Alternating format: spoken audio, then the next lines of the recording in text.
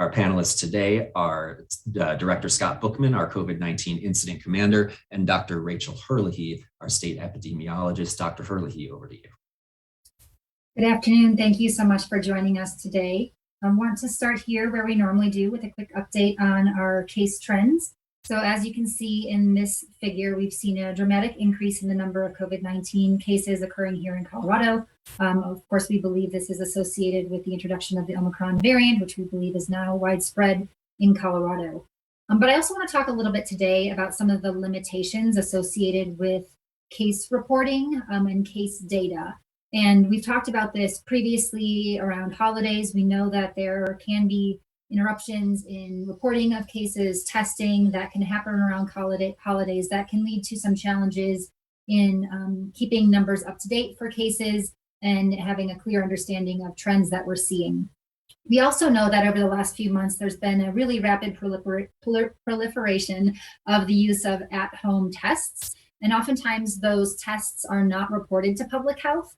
We certainly encourage individuals to go to our website and report those cases to us, but we know that that often doesn't happen. And so with those at-home tests, with the holidays, and also with the very large unprecedented number of cases that we're seeing right now, our public health system is really having a challenging time in having a full picture of what's happening with COVID-19 in the state when we look just at case data. And so as we've talked about for many months now, we know that it's important to not just look at case data, but to look at other sources of data, including percent positivity data, and I'll show that in just a second, as well as hospitalization data. And also one of the new unique features of the Omicron variant that is different from previous variants is the fact that we're seeing much milder illness. And again, that points to the importance of looking specifically at our hospitalization data, with hospitalizations being a more important indicator than ever of the severity of disease transmission that's happening here in the state. We've talked for many months now about hospitalizations and hospital capacity being our North Star in responding to the pandemic. And that's certainly as true now as it ever has been in the pandemic, and probably even more important with Omicron causing a large number of cases, but more mild illness. So next slide, please. So in this next slide, you can see our percent positivity data. Again, this is the percentage of tests that are being reported to public health that come back positive. Specifically, this data looks at PCR-based tests or molecular tests. And again, similar to our case data, you can see this really rapid rise in our percent positivity value. We are now up above 25%, which is the highest value we've had since the beginning of the pandemic. Again, another indicator, together with case data, that we're really seeing widespread transmission of COVID-19 in the state at this point. Next slide, please. Moving into our hospitalization data, similar to our case data and percent positivity data, we have seen a rapid increase in the number of hospitalizations here in Colorado. But while we see case numbers that are unlike anything we've seen previously, we see percent positivity values that are higher than what we've seen previously. We're not seeing that same trend, at least at this point, in our hospitalization numbers. And as I'm going to talk about in just a minute, there are lots of unknowns still about what hospitalizations might look like over the next couple of weeks. And there's a variety of reasons that are really leading to challenges in trying to predict what hospitalization numbers might look like. But at this point in the last few days, we have seen a pretty substantial increase in the number of hospitalizations occurring. Especially yesterday, we did see a pretty large jump. The increase today was much smaller. So again, we're going to be paying very close attention to these hospitalization numbers over the next couple of days. And then if you go to the next slide, we're also looking to other countries, and we'll talk about some other countries in this slide. And then the next slide, I'll talk about Colorado in comparison to some other states. And looking at some of these other places to try and understand what could potentially be in store for Colorado.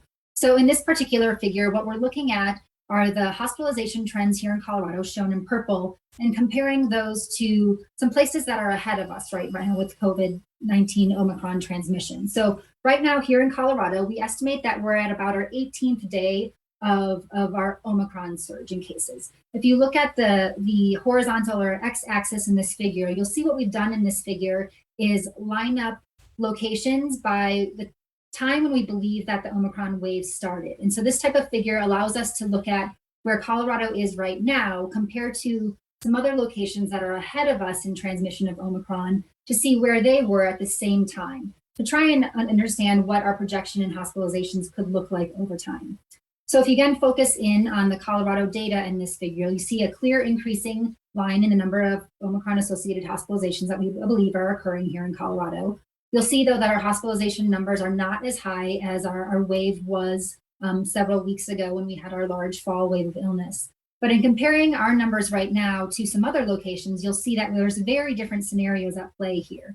You can see London, that has a very high rate of hospitalizations, higher than what Colorado experienced several weeks ago with our large fall wave of illness.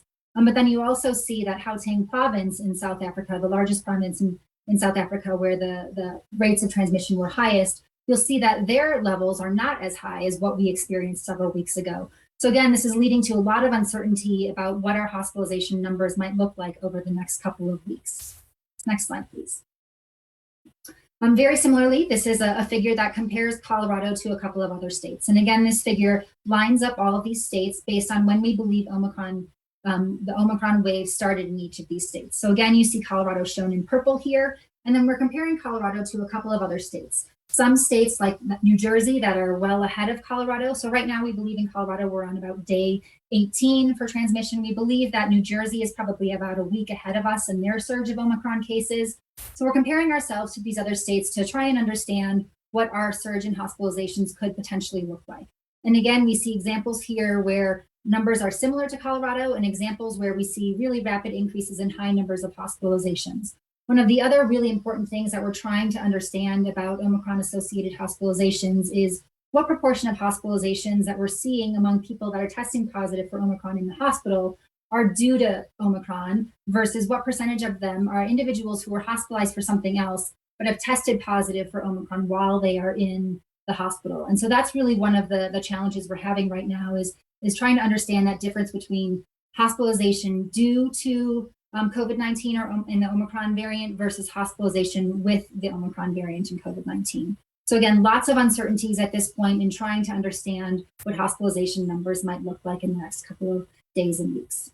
And with that, I'll hand it over to Director Bookman. Thank you, Dr. Herlihy. Thanks everybody for joining today and Happy New Year. I want to start with what is becoming a very familiar slide on these briefings to orient those who are not familiar. The blue bars are hospitalization numbers, total number of people hospitalized with COVID each day. And the orange line is the total number of additional hospital beds that are available statewide. As Dr. Herlihy indicated, our hospitalization numbers are starting to go up again after that period of decline. But I really do want to call out here that you see a lot of stability in the current trend of that orange line.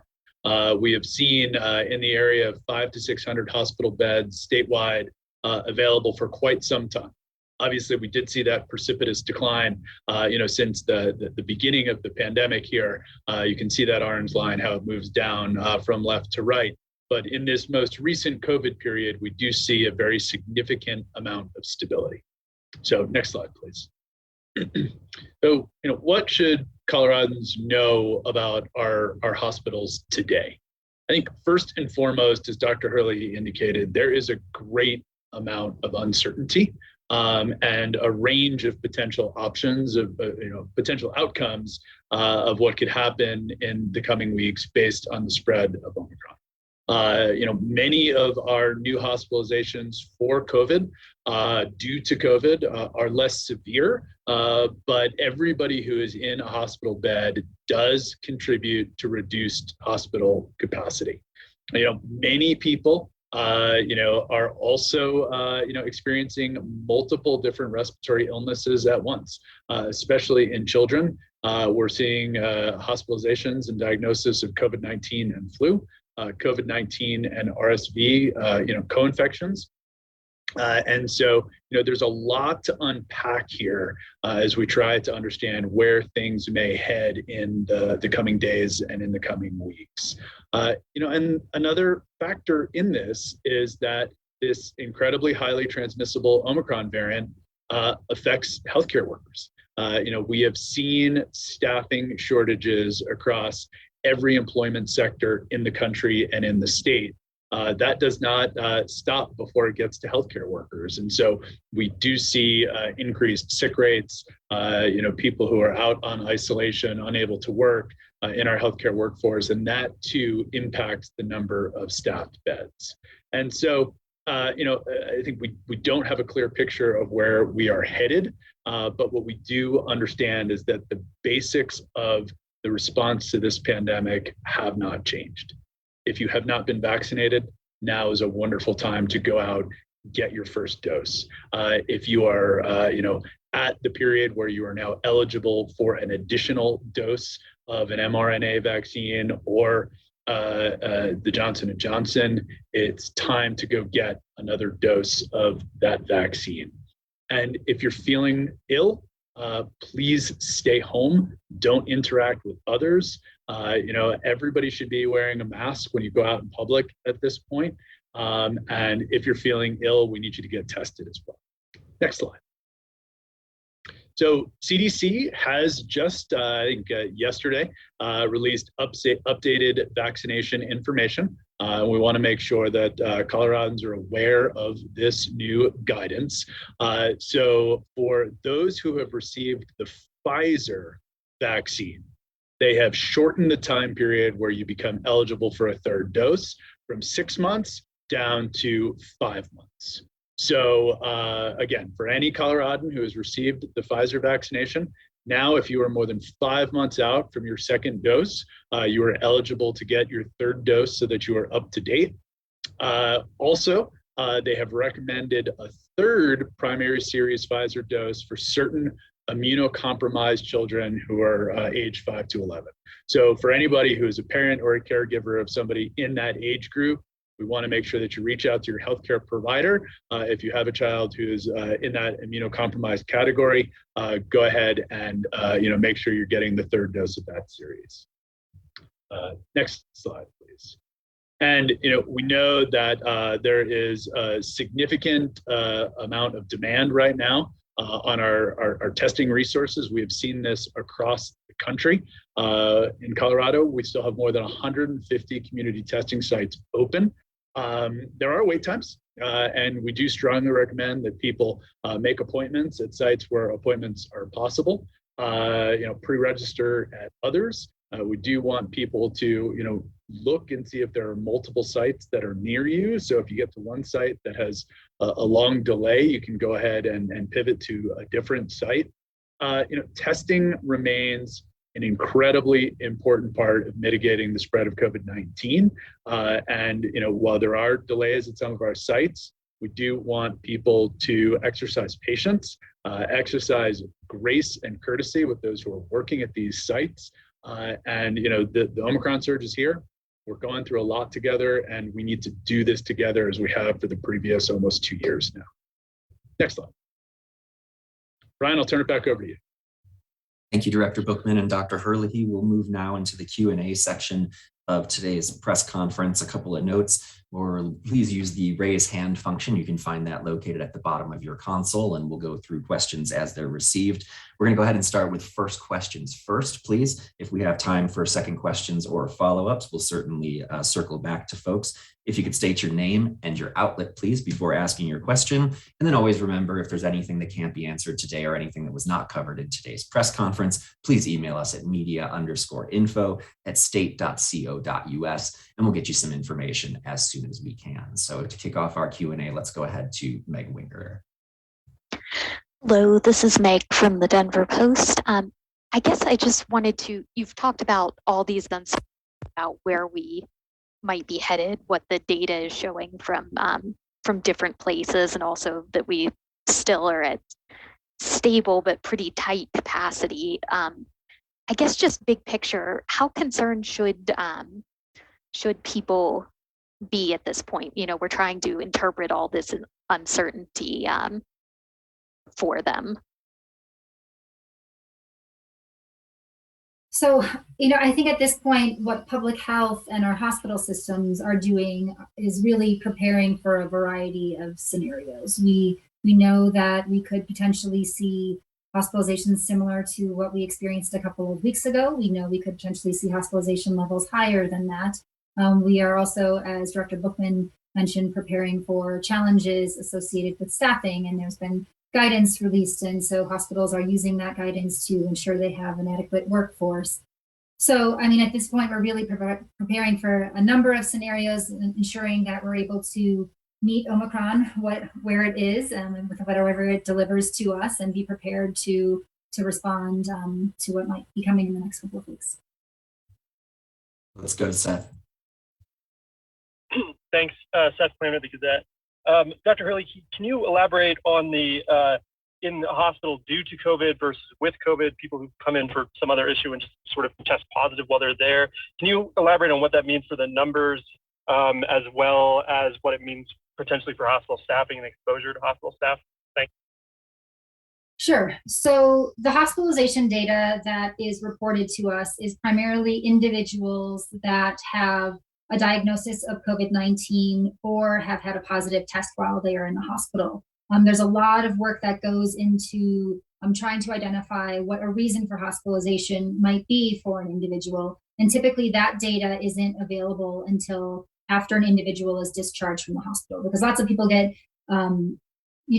admitted to the hospital for symptoms, and it takes a while during the course of their hospitalization to figure out the reason for that hospitalization. So we don't know at the beginning oftentimes why someone is being hospitalized. And so there's lots of challenges in trying to sort out why an individual that tests positive for COVID-19 might be in the hospital. So we're turning to the sources of data that we have to help answer that question, which is some access to hospital discharge type data. Unfortunately, that data lags quite a bit. But what we have learned from South Africa and other countries that are ahead of us is that while these Omicron surges have occurred in these countries, they've seen a change in the proportion of their hospitalized population that is hospitalized with COVID, not necessarily due to COVID. And so we anticipate the same thing could happen here in Colorado, where because COVID is so prevalent in the state right now, the individuals that are being admitted to the hospital, a fair portion of them are going to have COVID-19, even though the reason for hospital admission might be quite different from a COVID-19 infection. So we're trying to understand what those numbers might look like here in Colorado, but it's going to take us a little bit of time to figure out what those details are, again, because that data lags as we're waiting for that hospital discharge data to get to us. Let's go to Erica Meltzer.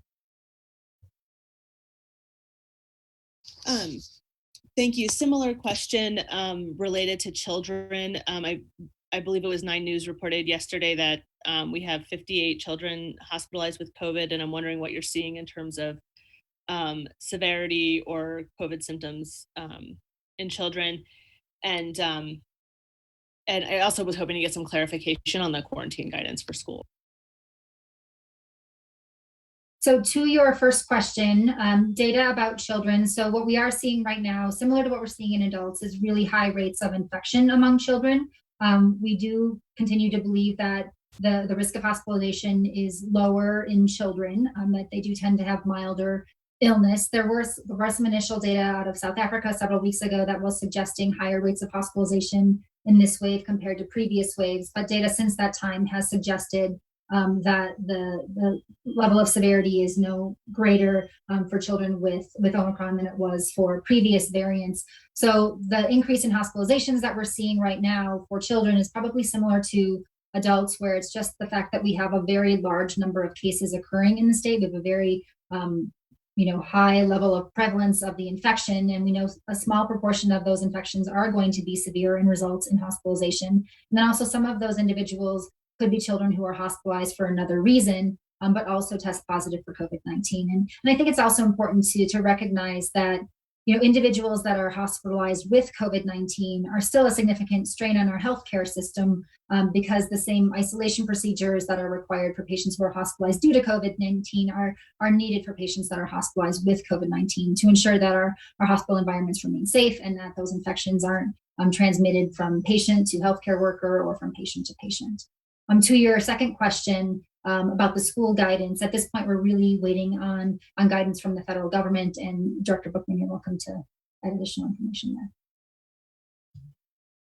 Yeah, I think just to add in there, our schools are going back this week, and obviously there's a lot of interest nationally about where the CDC guidance is going to go, and we're anxiously waiting for that information to come out so that we have the ability to harmonize with that and go from there. All right, let's go to Jason from Denver 7. Yes, this one's for Dr. Herlihy. With so many unknowns now, case numbers, we can't really go by that, percent positivity, even hospitalizations, to your earlier point about that not being the number that we can count on with Omicron. The fact that we're kind of flying blind or that there are so many unknowns out there, should people at home take that as one more reason to get vaccinated, wear a mask, because we just don't know where we're going to go, as opposed to knowing that we might be leveling off or starting another wave? We have no idea. So should people take that as a bigger warning than they probably are right now? So there certainly is uncertainty in the data and the projections right now, but I guess I want to emphasize that we do have situational awareness in what is happening in Colorado right now. I have confidence in the hospitalization data, the data that's being reported to us from across the state from our hospitals. There are obviously challenges in case reporting, but percent positivity, I think, continues to be really important and actually is our best leading indicator to try and identify changes in the trajectory of trends here in the state. So we often see percent positivity go up before cases go up, and certainly before hospitalizations go up. We see percent positivity stabilize before we see cases or hospitalizations stabilize. And the same thing, we would start to see percent positivity go down. So for me, that's really the key indicator that I'm going to be looking at over the next couple of weeks to first identify early signs of a change in trajectory of our cases and overall trends. Let's go to Chris Vanderveen. Sorry, one more thing. I just wanted to say, but of course, individuals, this is obviously a critical time for individuals to receive vaccination, to receive the third dose or booster dose. We know that the risk is incredibly high at this point. We know that having that third dose in particular is going to be the best way for individuals to avoid infection. Apologies, Dr. Herlihy. Let's go to Chris Vanderveen. Yeah, Chris Vanderveen with 9 News.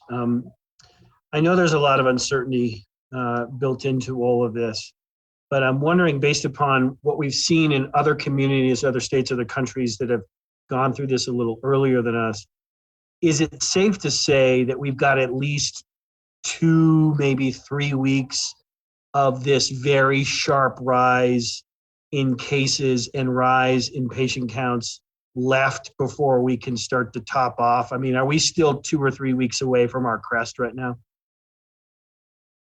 Yes, I think that is an appropriate assumption. So as I mentioned during the presentation, Colorado is approximately on day 18, we estimate, of our surge. We saw Gauteng province, their peak was around a little after day 30. London right now is on day 32. They haven't peaked yet. So I anticipate that it will be several more weeks until we see a clear peak in hospitalizations. But again, I think it's important to emphasize that our epidemiology isn't the same as South Africa's, isn't the same as the UK's, isn't the same as New Jersey's. And so all of that means it's difficult to really predict precisely what could happen in the next couple of weeks. All right, let's go to KDVR Digital. Hey guys, Alex Rose here. With Fox 31. Sorry about that. So I want to talk a little bit about Apple's cell phone notification system for positive cases in the state. My wife happened to get one of these last night, but it was one of those things where if you look into the notification, it actually said that she was exposed over a week ago.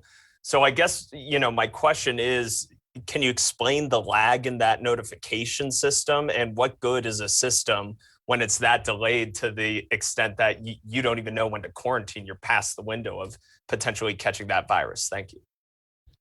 Right. So, Alex, great question. And, the system really depends on when the information is put in.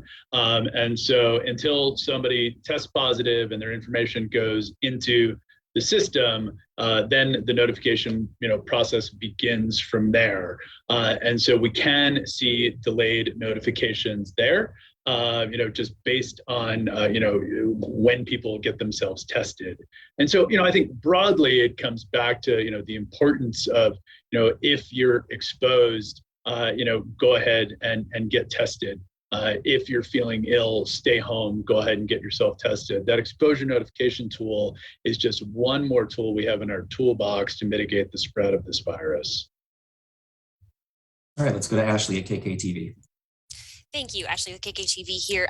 If someone tests positive with an at-home test, are you asking them to go get a PCR test as well? So, I think it depends. I think there are lots of different reasons why individuals are taking at-home tests. Really, the most important reason that you might want to go on to get a confirmatory PCR test is if the results of that rapid at-home test sort of seems inconsistent with symptoms. So a good example would be an individual who had a known exposure, who developed symptoms and has a negative rapid test at home. That might be a situation where a false positive is more likely, and where a confirmatory test like a PCR test would be a good idea to ensure that that is, not a COVID-19 infection that's occurring. Okay, let's go to Sarah Wilson. Hi, this is Sarah with Colorado Newsline. I've noticed that monoclonal antibody sites across the state are shutting down. Can you just update us on the state's strategy with monoclonal antibodies and whether or not they're even effective against Omicron?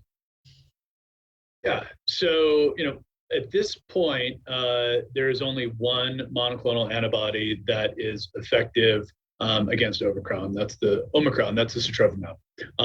All monoclonal antibodies are controlled at the federal level and allocated to the states. It's now every other week that they give us our allocation. At one point, we were receiving almost 4,000 doses a week when we had multiple monoclonal antibodies available to us. Now that at the federal level, we're down just to the sotrovimab, the state of Colorado is receiving about 300 doses per week for the entire state. So incredibly limited supply. Not enough to spread out to all of the providers that we had. Also, this medication can only be given through infusion, where we had previous iterations of the monoclonal antibody that could be given as an injection IM. And so some of the sites that we had set up to give that IM injection are no longer able to function because they can't do the IV infusion. So once again in COVID, we are pivoting our response strategy to make sure that we are, meeting the needs we can, the best that we can with the incredibly limited supply that's coming from the federal government. All right, let's go to Sean Rice. This is Sean Rice from KRDO News Channel 13. I wanted to ask a monoclonal antibody question as well. Do we have any research or knowledge as to why the monoclonal antibody treatment is less effective with the Omicron variant? And secondly, has CDPHE given local health departments any guidance in terms of how they should move forward with their sites? Are you guys telling them to close them all, or how are they moving forward? Yeah, this is Rachel. I can take that first question. So primarily the challenge with effectiveness of monoclonal antibodies is related to the large number of mutations that are present in the Omicron variant compared to earlier lineages of COVID-19. And so this impact we're seeing with the effectiveness of monoclonal therapies is very similar to what we're seeing with waning immunity, with decreased vaccine effectiveness, potentially, where the virus looks a little bit different than what our immune system previously saw and what our immune system was trained to see with vaccine or with previous infection. And so the monoclonal antibodies, which are basically, manufactured antibodies, do not recognize the Omicron variant as well. In the case of those two products that Director Bookman mentioned that do not appear to be effective against Omicron. With sotrovimab, that doesn't appear to be the case. That monoclonal antibody product does appear to retain effectiveness against Omicron. And then as far as, our communication with providers, we're in constant communication with everybody that we are allocating these medications out to. And, we are working with these providers as we get fewer doses in to really consolidate these sites to ensure that we're getting the right medication to the right patient at the right time. Let's go to David Perry.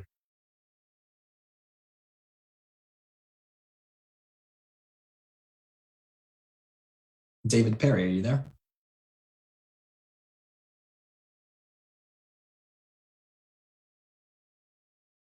All right, in that case, everybody, thank you for joining us. If we weren't able to get to any of your questions, or if you have follow-up questions, please email us at media_info@state.co.us, and we'll work on getting you some information as soon as possible. Thank you to Director Bookman and Dr. Herlihy. I hope you all have a good afternoon.